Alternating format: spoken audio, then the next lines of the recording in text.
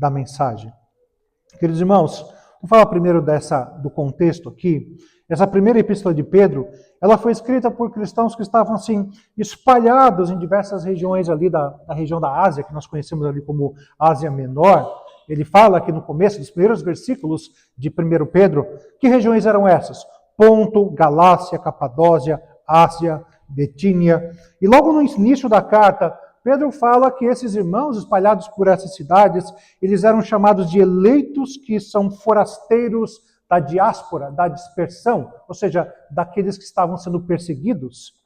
E essa expressão reúne aqui, irmãos, duas realidades muito fundamentais da vida cristã. Primeiro, eles pertencem a Deus, mas também que eles vivem como peregrinos no mundo. Esses crentes, irmãos, possivelmente eles estavam enfrentando ali hostilidade, perseguição, como eu disse, marginalização, suspeitas daqueles dos idólatras que viviam no meio deles, e principalmente sofrimento por causa da fé deles em Jesus Cristo. Vejam, não sabemos se tratava daquela perseguição generalizada do Império Romano, que aconteceu a partir dos imperadores Nero, possivelmente um pouquinho antes, ou se era já uma pressão, mas o fato é que já havia ali problemas de relacionamento entre os cristãos no Império Romano. Antigamente a perseguição era só dos judeus, mas depois se passou a ser em nível, como eu disse, generalizado. E essa condição, irmãos, de sofrimento, torna essa passagem muito mais viva, muito mais atual para a gente. Porque a Igreja de Cristo, em qualquer época que seja, ela vive entre essas duas realidades. Ela está no mundo, mas ela não pertence ao mundo. Ela serve à sociedade, mas ela não se curva ou não pode se curvar aos mesmos deuses da sociedade. Ela ama o próximo, mas não é por causa dela amar o próximo que ela vai negociar a verdade como prova de amor. Perceberam? Ela sofre, então, algum tipo de rejeição, mas ela precisa permanecer firmada em Cristo, que é a pedra viva. Então, basicamente, irmãos, esse é o contexto. Esse é o contexto. E veja o que no versículo, ainda no capítulo 1, versículo 23, ajudando aqui no contexto, diz assim, que os crentes foram regenerados não de semente corruptível, mas de incorruptível, mediante a palavra de Deus, que é viva e permanente. E em seguida, ele vai citar até Isaías 40 para contrastar isso com a fragilidade da carne em relação à palavra de Deus. Aí depois, o versículo que a gente não leu, vocês perceberam que a gente começou em 1 Pedro 2,2, mas no primeiro versículo, por causa disso, Pedro ordena que todos os crentes abandonem toda maldade, todo engano, toda hipocrisia, inveja, toda sorte de maledicência, todos esses pecados. Ou seja, antes de falar do leite espiritual, Pedro fala da necessidade de abandonar os pecados que destroem o seu objetivo de buscar esse leite espiritual. Porque isso enfraquece. Esses pecados enfraquecem a igreja. E, no final das contas, é uma grande hipocrisia você dizer que persegue esse genuíno leite espiritual da palavra se você ainda nutre dentro de você satisfação pelos pecados. É hipocrisia, é uma vida mentirosa. Então, eu queria dividir esse texto aqui em 3 momentos diferentes. E eu vou deixar bem claro essas subdivisões. O primeiro o povo de Deus, ele deve desejar a palavra para ele poder crescer nessa salvação que recebeu. O segundo o povo de Deus deve se aproximar continuamente de Cristo, porque ele é a pedra viva. E o terceiro, e o último o povo de Deus, ele está unido a Cristo e por causa dele recebe uma nova identidade. Então, 3 pontos aqui em 3 palavras, tá? A palavra de Deus, o povo de Deus deve desejar a palavra, ele está unido com Cristo e ele tem uma nova identidade. Palavra de Deus unido com Cristo, nova identidade. São os 3 pontos que a gente vai abordar aqui. Então, irmãos, vamos expor aqui o texto para a gente entender aqui, começando a primeira divisão, o povo de Deus deve desejar a palavra. Os versículos 2 e 3, 1 Pedro 2, 2 e 3. Como crianças recém-nascidas desejam um genuíno leite espiritual, para que por ele lhes seja dado crescimento para a salvação, se é que vocês já têm experiência de que o Senhor é bondoso. Vejam que há uma ênfase aqui como crianças recém-nascidas. O que isso quer dizer? Né? A impressão que dá é que é um xingamento ou uma crítica, né? Quando alguém chama o outro, para de ser criança, não é? Mas não é nesse sentido. Criança nesse sentido, aqui, usado por ele, o ponto principal é o apetite dessa criança. Por quê? Porque ele é intenso, tanto é que a criança chora, é um apetite natural e é um apetite que é indispensável que um recém-nascido tenha pelo leite. Temos aqui alguns bebezinhos, não é? E imagina só que seu filhinho de bebezinho de colo, ele pare de querer mamar. Você vai correndo direto para o hospital, porque ele não está bem se for assim. Então, é natural esse desejo da criança. Então, assim deve ser o crente em relação à palavra. Imagina só, bebezinho, leite, crente, palavra. Essa é a comparação. Pedro já tinha afirmado que a igreja foi gerada pela palavra, e essa palavra é viva e ela permanece para sempre. E agora ele está ensinando que essa mesma palavra que gerou vida também é um meio natural pelo qual Deus alimenta e amadurece seus filhos. A regeneração que a gente recebeu, a salvação, ela não torna a palavra desnecessária. Ao contrário, irmãos, ela desperta no crente uma fome por ela. Sempre tenha em mente a mamãe e o bebezinho. Não é necessário grandes invenções para um bebezinho. Só o leite, não é? Então, faça essa comparação. O crente e a palavra. Essa é uma ligação muito importante, irmãos, entre o nascimento e o crescimento. Deus não gera filhos para passar fome. Deus não concede uma nova vida sem também conceder os meios que a gente chama de meios de graça, pelos quais essa vida é sustentada. Então, desejem. Olha a palavra que ele usa aqui, desejem. E aqui, irmãos, é mais do que uma simples sugestão. A ideia aqui é um anseio profundo, desejo profundo, um apetite direcionado. Não é uma curiosidade ocasional, não é um interesse superficial pela palavra, não é apenas um respeito formal pela Bíblia, é fome espiritual. Aliás, eu já ouvi um pediatra falando que os bebês choram. Por que os bebês choram quando estão com fome? Sabe quando você está com fome? O que acontece? Começa a dar um ardidinho, não é? Assim, no estômago. Isso daí, explicando, são os sucos gástricos, que como não tem o que digerir, ele começa a digerir o próprio estômago. Começa a queimar o próprio estômago. Por isso dói de fome. A criança, o bebezinho, sente isso exponencialmente, muito mais. Quanto mais novinho é o bebê, mais esse suco queima quando não há leitinho na barriguinha dele. Por isso ele chora. Então, veja que esse ponto aqui, irmãos, confronta diretamente essa espiritualidade, sabe, tanto quanto formalista que a gente vê nos nossos dias, os amiguinhos da igreja. Alguém pode afirmar que crê na autoridade da Escritura e ainda assim viver sem fome espiritual real pela palavra. Alguém pode chegar até carregar uma Bíblia debaixo do braço, defender a Bíblia, citar a Bíblia e ao mesmo tempo alimentar sua alma com pensamentos do mundo. Sabe, ressentimentos, vaidades, distrações, falsas seguranças. Isso é tão incoerente quanto você, com fome, sair carregando um prato de comida na mão, sem nunca comê-lo. E Pedro ensina que essa nova vida ela se manifesta nesse novo apetite, irmãos, onde não há nenhum desejo pela palavra, há sim motivos para uma séria autoavaliação espiritual. O cristão pode atravessar fases de fraqueza, é verdade. Se cura, pode atravessar fases de luta na sua vida, mas uma alma realmente regenerada, ela não consegue permanecer ali para sempre satisfeita longe da voz do seu Senhor. Não tem como. Por isso, a gente já analisou aqui a palavra desejo. Agora vejam, desejo o quê? O genuíno leite espiritual. É a próxima expressão que Pedro está usando. E aqui é uma expressão muito rica, porque o que significa é pureza, sabe? Pureza, é ausência de mistura, é ausência de engano. Pedro tinha acabado de mandar os crentes abandonarem o engano, a hipocrisia, no versículo 1 que a gente não leu. Agora ele fala de um alimento sem falsificação. E a palavra de Deus, queridos, ela é o alimento sem falsificação, é o alimento puro. Ela não precisa ser misturada com os modismos do nosso dia. Ela não precisa ser misturada com ideologias.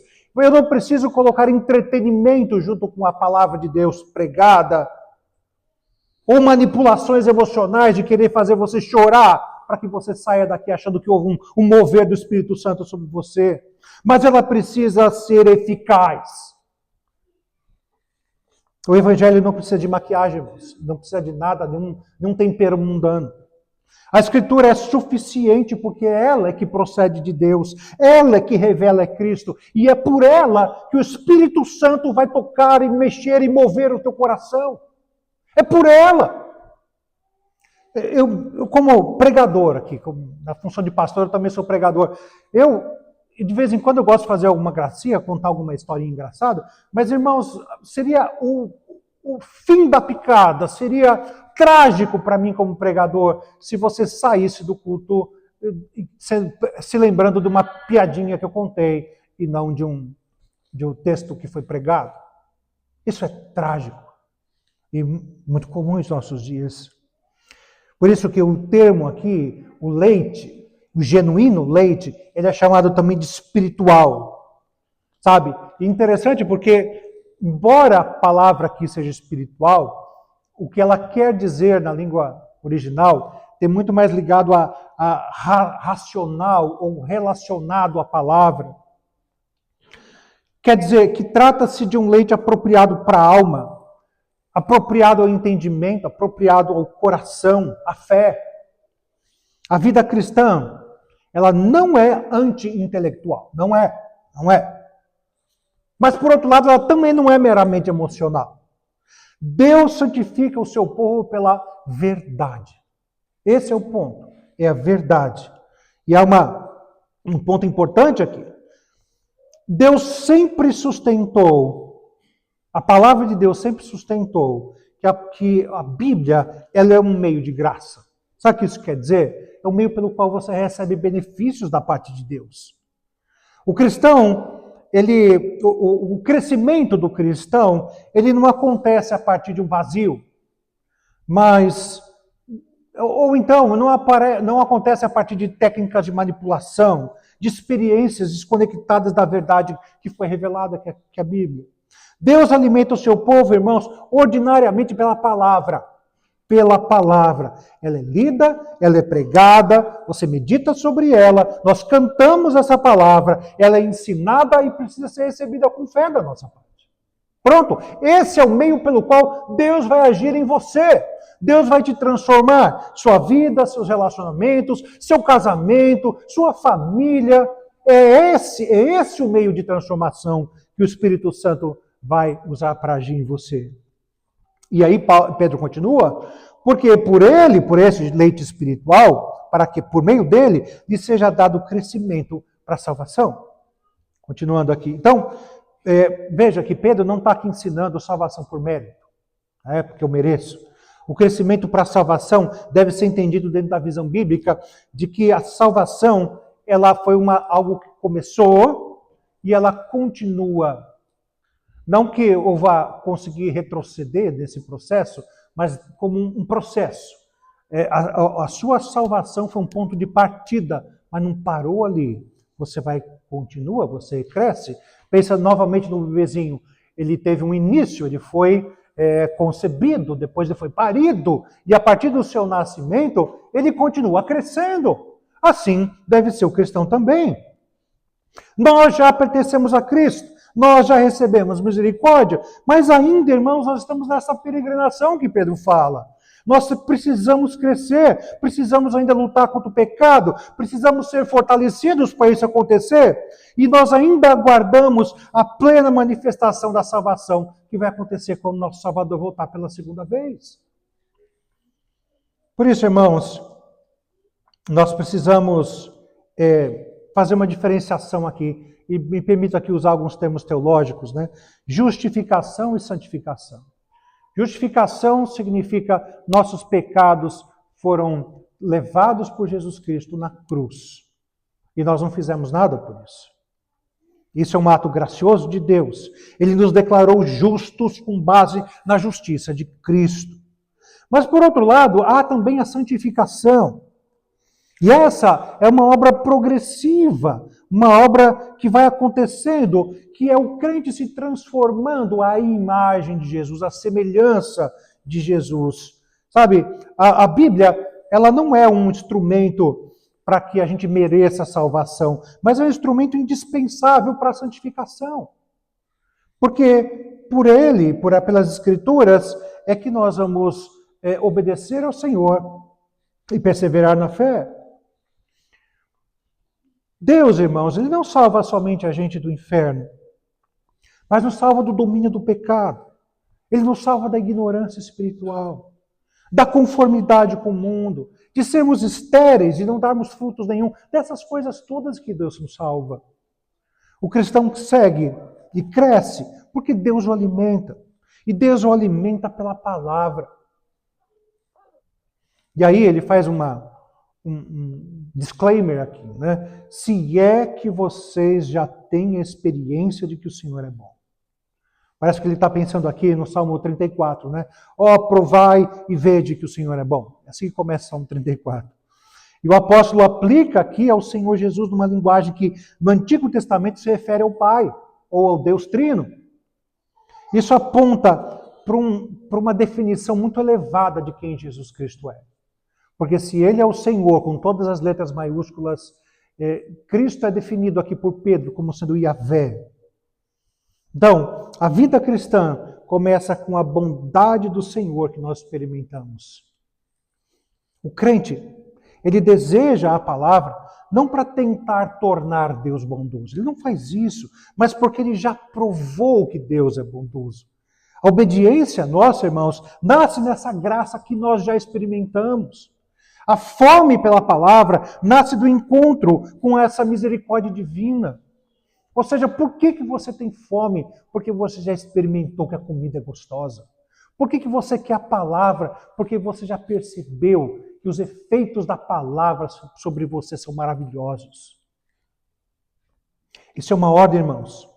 Veja, primeiro o Senhor é bondoso, depois o crente deseja crescer. Primeiro a graça alcança, depois a alma se inclina para a palavra. Primeiro Deus vivifica, depois o filho recém-nascido clama, chora, grita por alimento.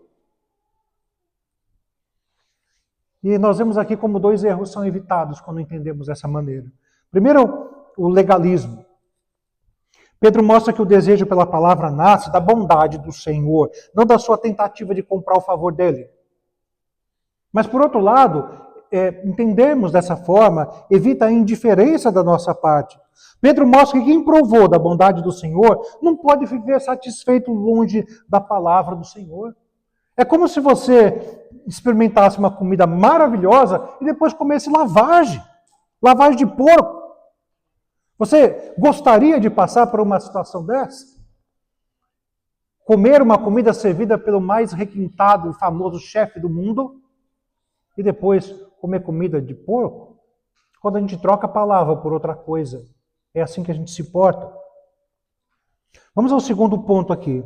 Deus se aproxima de Cristo, o povo de Deus, ele se aproxima de Cristo porque ele é a pedra viva. Então, dos versículos 4 e 5, acompanhei a leitura novamente. Chegando-se para ele a pedra que vive, rejeitada assim pelos homens, mas para com Deus eleita e preciosa, também vocês, como pedras que vivem, são edificados casa espiritual para serem sacerdócio santo, a fim de oferecerem sacrifícios espirituais agradáveis a Deus por meio de Jesus Cristo. Então veja que ele começa com essa declaração. Se aproxime dele, se chega para ele.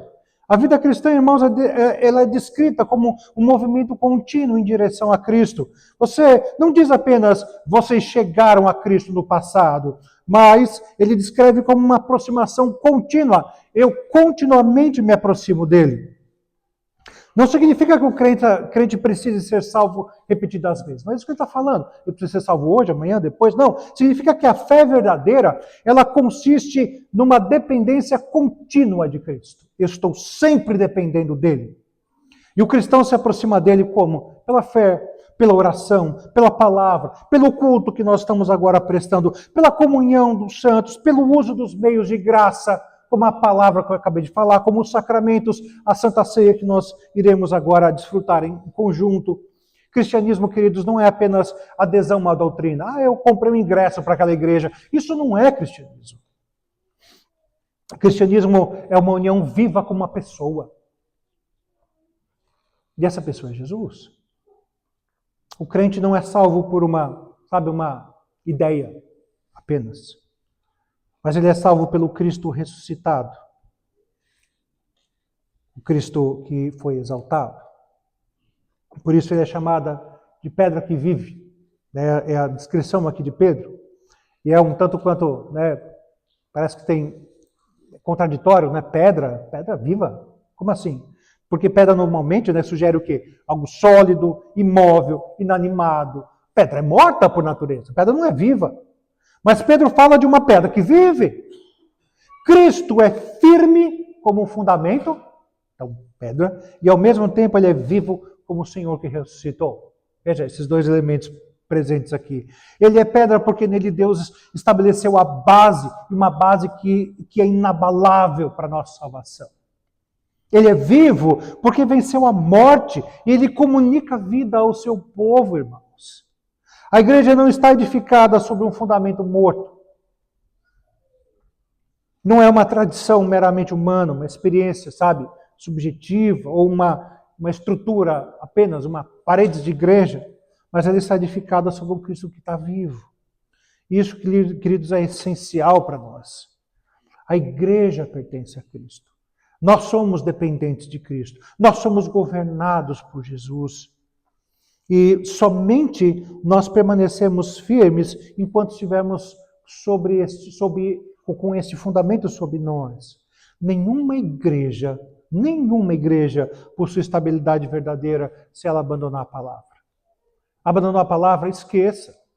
Não pode mais ser uma igreja verdadeira.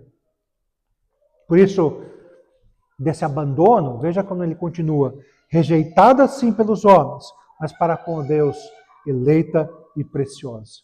Veja aqui um contraste, irmãos. O juízo dos homens contra o juízo de Deus. O juízo dos homens rejeitou. O juízo de Deus é precioso. Para o juízo de Deus, Os homens da época rejeitaram Jesus. A liderança religiosa de Israel, então, irmãos, rejeitou completamente Jesus. O mundo romano, como um todo, desprezou Jesus de princípio. A multidão que estava ali, naquela semana da Páscoa, preferiu Barrabás ao invés de Jesus. Por isso, quando você olha para a cruz, não há como se sentir, por exemplo, como aqueles dois homens que caminhavam para Emaús. Achávamos que tínhamos encontrado o Senhor, mas esse já é o terceiro dia da sua morte. Se você estivesse lá no dia da crucificação, sabe em que conclusão você ia chegar? De que o mal venceu. A cruz era a confirmação da derrota de Jesus. Aos olhos humanos, irmãos, Jesus era a pedra descartada mesmo. Mas para Deus é descrito aqui, essa pedra é eleita e preciosa. Aquilo que os homens rejeitaram, Deus vai agora estabelecer como fundamento. Aquilo que o mundo despreza, Deus vai exaltar. Deus revela aquilo que para o mundo parecia fraqueza, Deus revela aquilo como poder. E ao mesmo tempo a cruz, que é chamada de vergonha, Deus manifesta com glória.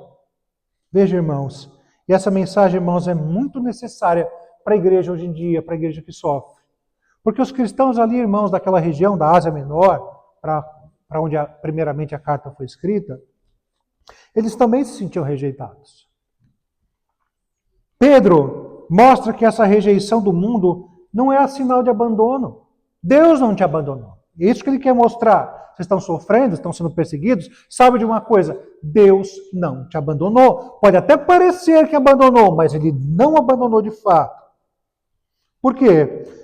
Por causa do exemplo que ele deu. Cristo foi rejeitado. E se nós estivermos unidos a Cristo, nós não devemos medir a nossa identidade pelo aplauso das pessoas, mas pela aprovação de Deus.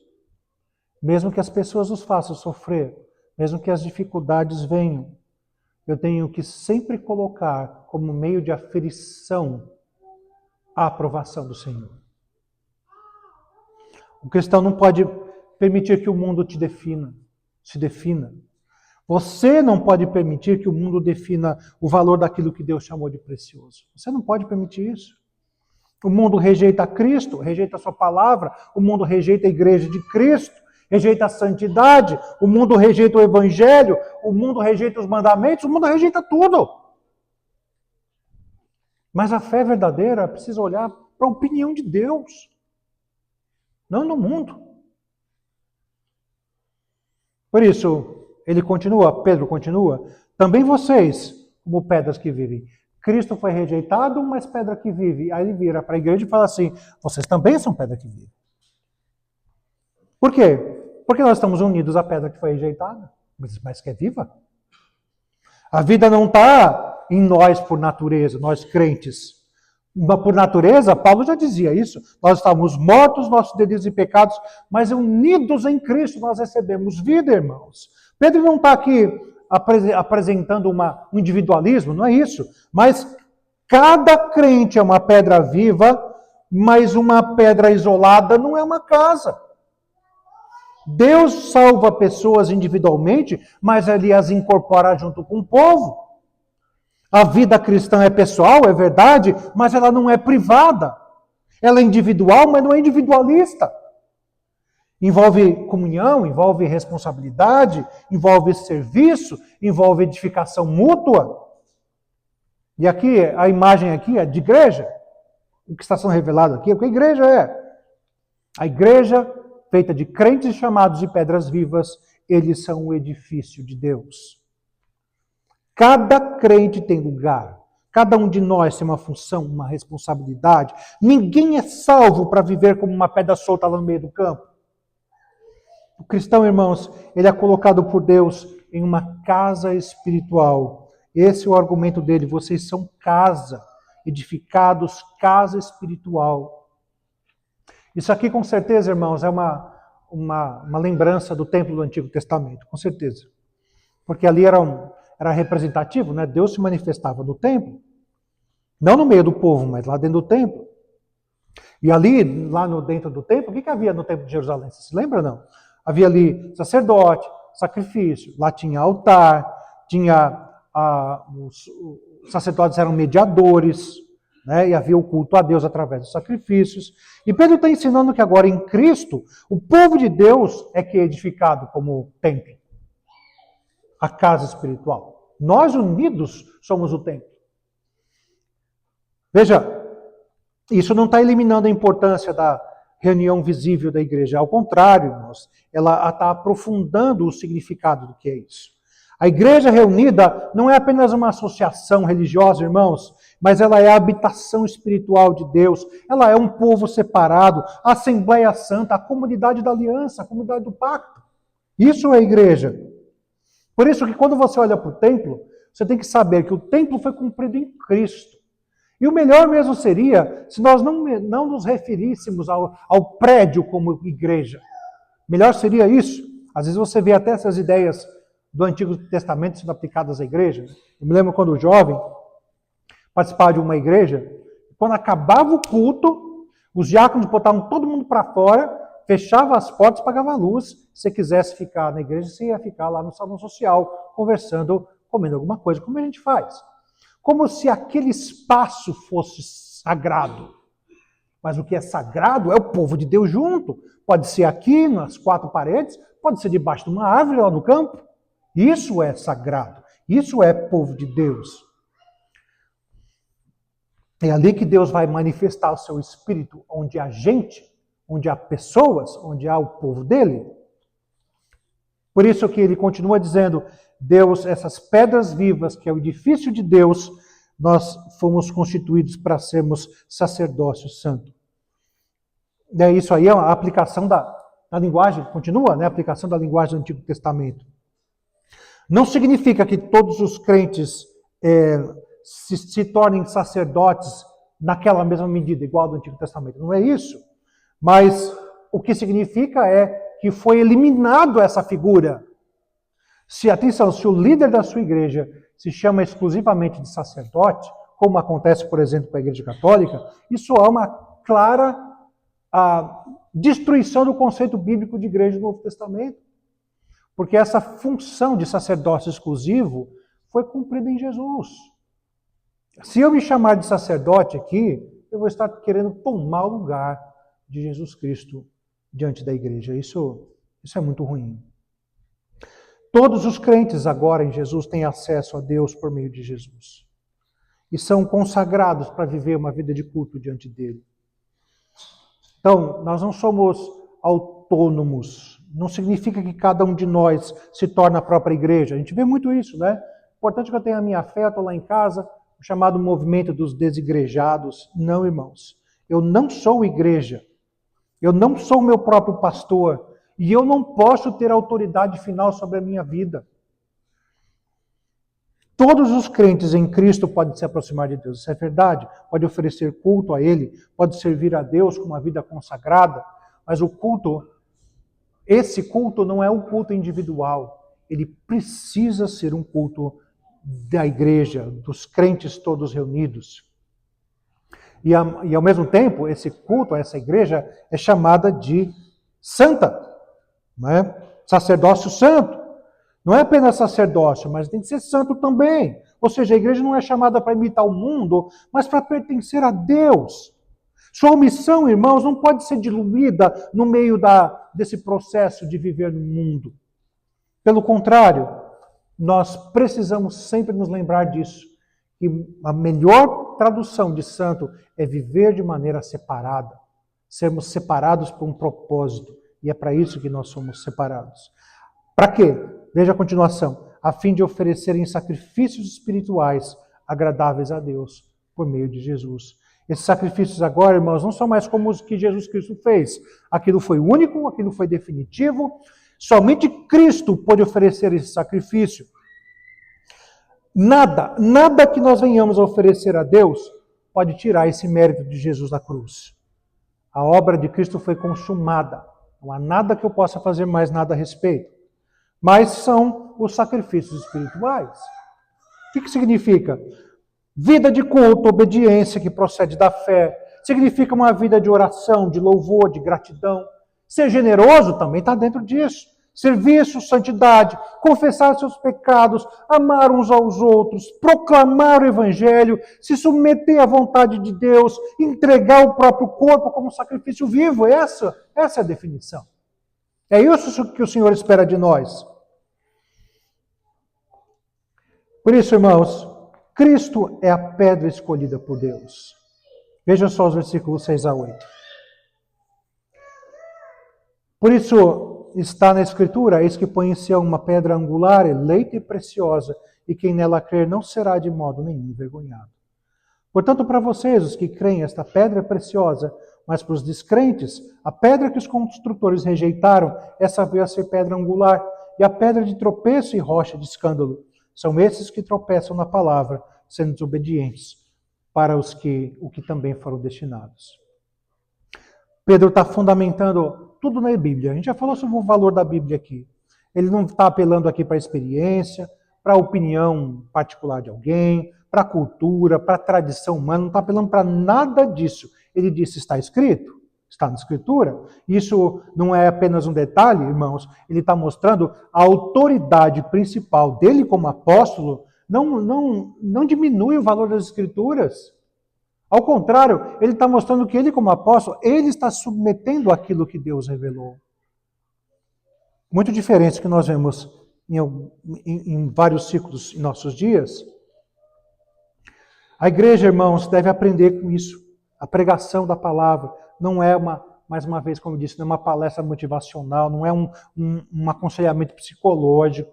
Sabe? A pregação, ela é a exposição da palavra de Deus e ela tem que estar centrada em Cristo e ela precisa ser aplicada a nós, ao nosso comportamento, à nossa vida, dia após dia. E ele continua dizendo, eis que põe em Sião uma pedra angular. Isso aqui é uma citação de Isaías 28. Tá? Ele está citando o Antigo Testamento. E ele está apresentando Deus como aquele que estabelece o fundamento, estabelece a pedra. E o fundamento da salvação aqui não é colocado pelo homem, mas veja, é colocado por Deus. Eis que ponho, está nos lábios do Senhor. A igreja não se funda sobre a criatividade humana, nem sobre a força institucional, nem sobre a relevância cultural, mas aquilo sobre qual o próprio Deus mesmo colocou em Sião. A base da igreja não é outra coisa senão a palavra. E essa pedra angular aqui descrita, irmãos, é a chamada pedra principal da construção daquela época. Se a gente fosse trazer para os nossos dias, seria como as sapatas do fundamento de uma construção. Por quê? Porque é fundamental para todo o prédio. Cristo é aquele que define o alinhamento, a estabilidade, a direção dessa construção, a coesão, tudo é definido por Ele. Por isso, tudo na igreja deve ser medido em relação a Ele. Como que eu vou saber qual a melhor doutrina a seguir? Olhe para as Escrituras. Como que eu vou cultuar ao Senhor? Do jeito que eu quero, do jeito que é legal, do jeito que é engraçado? Não, eu vou cultuar a Deus do jeito que a Escritura mandou. Qual é a missão da igreja? Como que eu vou definir a missão da igreja? O que diz a palavra a respeito? É ela que vai dizer. Como que eu vou disciplinar biblicamente? É a Escritura que diz. Como os crentes devem viver em comunhão? Consulte a Bíblia. Tudo na vida do crente deve ser direcionado a Cristo e a sua palavra, irmãos. Quando a gente perde isso, quando a gente perde essa dimensão de Cristo como sendo a pedra angular, que vai dar sentido para todas as coisas, a igreja vai perder a forma. Imagina uma construção. Você tira ali uma base de uma das quinas dela, ela começa a pender, ela começa a ruir. Vai perder a forma. A gente pode até continuar uma igreja desse jeito, pode até continuar com uma aparência de igreja, pode até continuar com isso, mas ela já não está mais alinhada com o fundamento. Ela já fugiu ao seu propósito. E Pedro afirma também que nela crer, essa pedra angular, não será de modo nenhum envergonhado. Vejam que há uma promessa para aquele que crê. A resposta apropriada a essa pedra que Deus colocou, o que é? A fé. A pedra foi colocada ali, o que você precisa fazer? Você precisa crer. Você precisa crer. Vocês já imaginaram, se você for dormir numa casa em que você não confia nos seus fundamentos? O que vai acontecer? Você vai ter insônia, você vai perder o sono, você vai ficar desconfiado, qualquer estralinho, né? Você vai ficar ali incomodado. Creia nessa pedra. Creia nesse fundamento que Deus pôs. Se você crer, você vai viver tranquilo. Veja, você não vai crer ali por causa de você mesmo, dos seus méritos. Nada disso, na sua moralidade. A fé é só em Jesus. Por isso, quem nele crê não será envergonhado, porque você pode ter segurança nisso, sabe? Quem confia em Cristo não vai ser confundido lá no último dia, quando ele vier. O mundo pode até te envergonhar agora, isso vai acontecer, mas Deus não vai te envergonhar. E o que você prefere? Os homens, aqueles que estão à sua volta, podem até te rejeitar agora, mas Cristo vai te confessar diante do Pai. Não é isso o melhor de tudo, irmãos? A fé pode até parecer uma fraqueza aos olhos dos seus colegas do mundo, mas lembre-se disso, a sua fé não é vazia, ela repousa sobre um fundamento que é chamado aqui de inabalável. Confia nessa pedra, descansa nisso. Isso não é consolador, irmãos? Sabe, a sua segurança depende dele, não de você. Depende dessa pedra. Eu sei que a nossa fé é instável. A minha é. Eu tenho certeza que a sua é também. A nossa fé pode tremer. Eu sei que pode. Mas lembra disso. O fundamento não treme. Cristo não treme. A minha fé pode ser pequena, mas Cristo é suficiente. A fé ela pode ser provada, mas Cristo permanece lá. Permanece precioso em todo o tempo. E é isso que ele fala, não é? Vocês que creem, essa pedra, Jesus, é preciosa. Perceberam ali? Veja que distinção tem aqui, né? Para os crentes, Jesus é o quê? Precioso. O valor de Cristo é reconhecido através dessa fé verdadeira que a gente exerce. Percebam que isso não é crer em fatos sobre Jesus, mas ela vê a glória de Jesus. Você consegue, através da sua fé, ver a glória de Cristo? Deveria. Você recebeu Ele como Salvador? Espero que sim. Submeta-se a Ele como Senhor. Queira ou reconheça Ele como sendo o maior tesouro da sua vida. E vem aqui um teste, não é? O que é Cristo para você? Ele é apenas um assunto? Um ponto de discussão bíblica, teológica? Ele é uma tradição? Você é jovem aqui presente, você fala sobre Jesus, porque afinal de contas foi isso que você recebeu em casa? Ele é uma figura religiosa? Quem sabe como Maomé, Buda? Ele é um lugar de socorro, um emergent care para você ir quando você está passando necessidade? Ou ele realmente é precioso? Meus irmãos, ele é de fato precioso. Nele nós encontramos perdão, reconciliação, vida. Ele intercede por nós, ele nos santifica, ele é a nossa esperança e ele é o nosso modelo de glória. Ele é precioso. Ele é precioso enquanto ser quem é, a pessoa dele é preciosa. O que ele fez é precioso. Os ofícios dele como sendo profeta, sacerdote e rei sobre sua igreja, isso é precioso. A palavra que ele nos deixou é preciosa. As promessas para nós são preciosas. Mas e para os descrentes?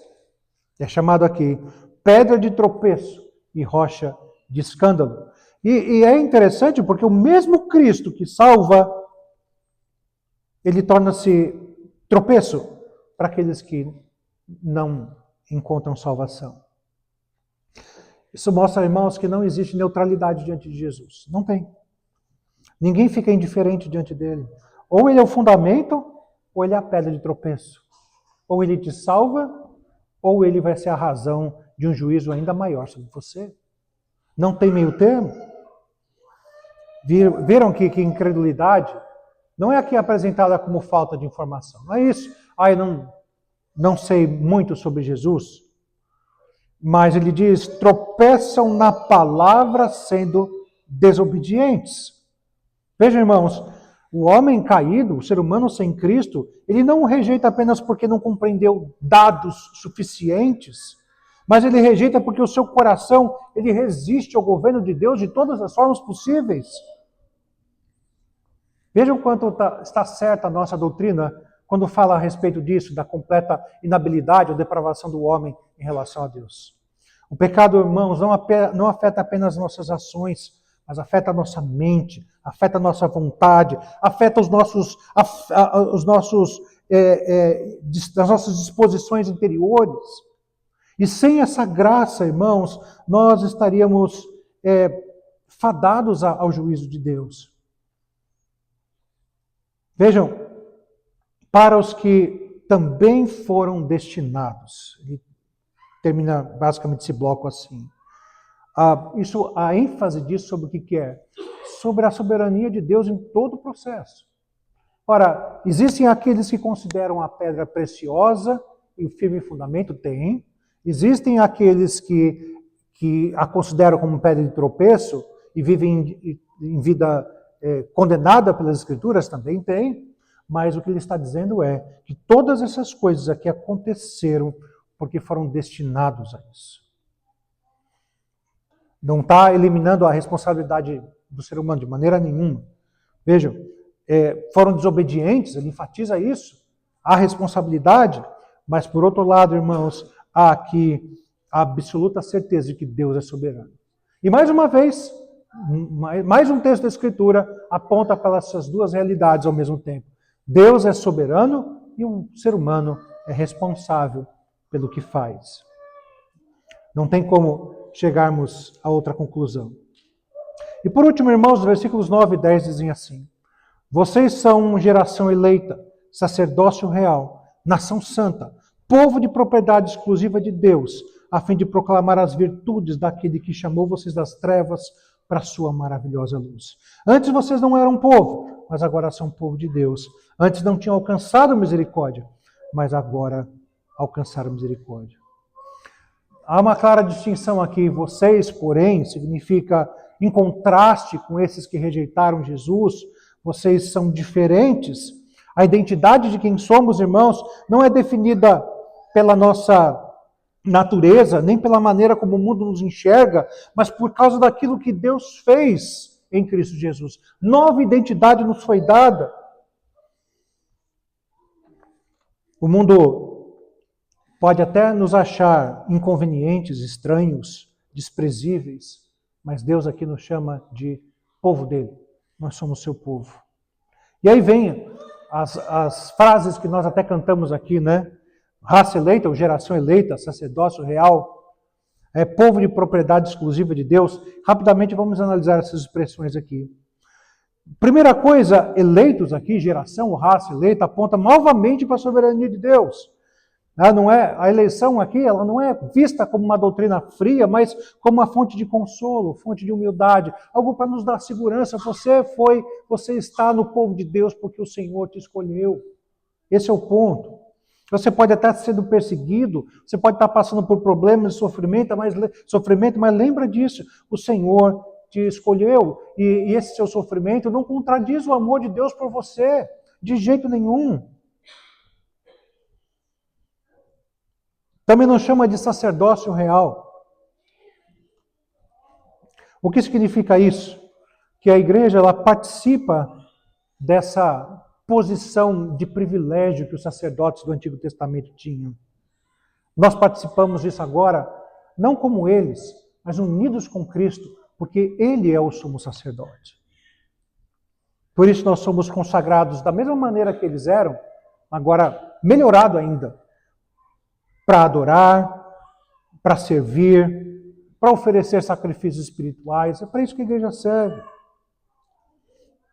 Nação santa. O que significa isso? Não é falando a respeito de um território político, né? Deus não nos chama para uma teocracia, ou seja, sermos um país onde a Bíblia é a sua constituição. Não é isso. Mas essa unidade aqui, nação, ela é espiritual, ela é baseada em Cristo. Ele é o centro da nossa unidade. E a santa, a palavra santa aqui, ela é central porque a igreja foi separada por Deus e para Deus. É nesse sentido de ser santo, de ser separado. Povo de propriedade exclusiva de Deus. Propriedade, nós somos adquiridos, aponta para a posse dele em relação a nós. O povo de Deus não pertence a si, mas ele foi comprado por preço. Isso, irmãos, tem implicações profundas. Se permanecermos em Deus, nosso corpo pertence também a Deus, nossa família pertence a Deus, nosso tempo pertence a Deus, nossos recursos pertencem a Deus, nossa igreja pertence a Deus. Tudo pertence a Ele, porque nós somos povo de propriedade exclusiva de Deus. E é dessa maneira que testemunhamos, e termina aqui, a fim de proclamarmos as virtudes daquele que nos chamou. Se você crer nessa pedra viva, se você está suportado por Ele, se você vive esta vida como povo de Deus, naturalmente você vai proclamar as virtudes dele, através da sua vida e através dos seus lábios também. Por quê? Porque foi Ele que te chamou das trevas para a luz. Veja aqui, irmãos, algumas implicações para a nossa vida que são importantes desse texto. Vamos pensar primeiro aqui na nossa vida pessoal. O crente deve desejar a palavra como recém-nascido. Pensa nisso. Isso exige da gente uma avaliação. Que tipo de apetite governa a sua alma? Será que nós temos fome da Escritura? Ou será que nós temos fome de notícias, debates, de rede social? Fome de conforto, fome de aprovação? Do que você tem fome? Lembre-se que a alma humana sempre vai se alimentar de alguma coisa. A questão é se nós estamos sendo nutridos pela verdade de Deus, irmãos, ou se nós estamos sendo deformados pelas vozes que existem no mundo. Pedro não está dizendo aqui, desejem a palavra para que Deus talvez seja bondoso com você. Ele está dizendo, desejem porque vocês já provaram que o Senhor é bondoso. Isso envolve, irmãos, disciplina espiritual. Então, veja só, o que você pode fazer?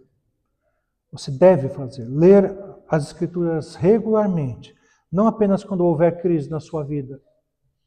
Medite no texto, irmãos, medite no texto que você leu, perguntando o que ele está revelando sobre Deus, o que ele fala sobre Jesus, o que ele fala sobre o pecado, sobre graça, sobre obediência a Ele. Leia o texto dessa perspectiva. Ouça as pregações com reverência, não como se fossem consumidores de igreja, mas como servos que estão diante de Deus. Submeta os seus sentimentos, as suas opiniões, as suas decisões à autoridade da palavra. Ensine a sua própria alma a dizer, Senhor, alimenta-me com a tua verdade. Mais do que isso, irmãos, examine se de fato Cristo é precioso para você. Cristo é precioso mesmo? Ou é apenas útil? Precioso ou útil? O que você diria? Ele é amado? Ou apenas ele é um 911? Você de fato o ama? Ou você liga para ele em caso de emergência? Ele é realmente o fundamento? Ou é apenas a sua rotina religiosa? Ele de fato é o seu tesouro? Ou apenas ele é usado para conseguir os verdadeiros tesouros do seu coração? O que ele é?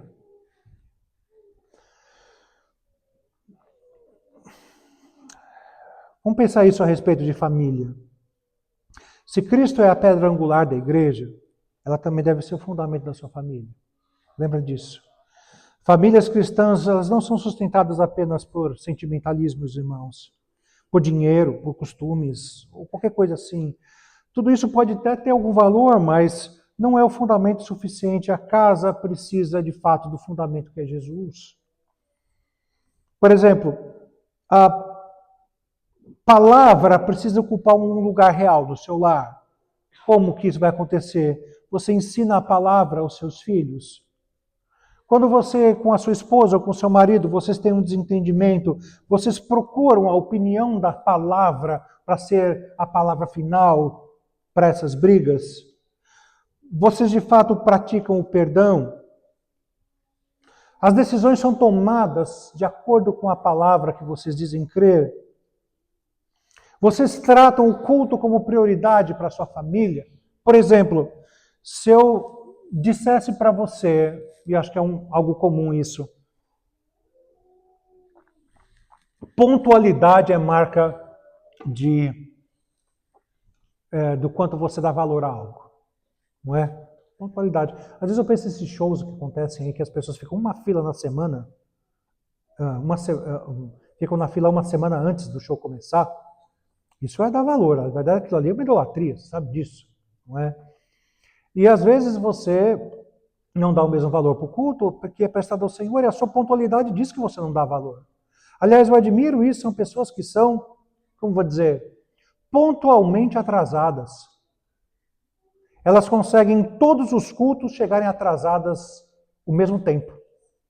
Porque de fato pode acontecer, não é? Aconteceu que furou um pneu, aconteceu um imprevisto, você teve que passar algum lugar antes. Ok, acontece com todo mundo. Até comigo já aconteceu isso. De eu chegar atrasado no culto que eu ia pregar. Mas atenção, eu tenho quase 30 anos no ministério e isso aconteceu uma vez.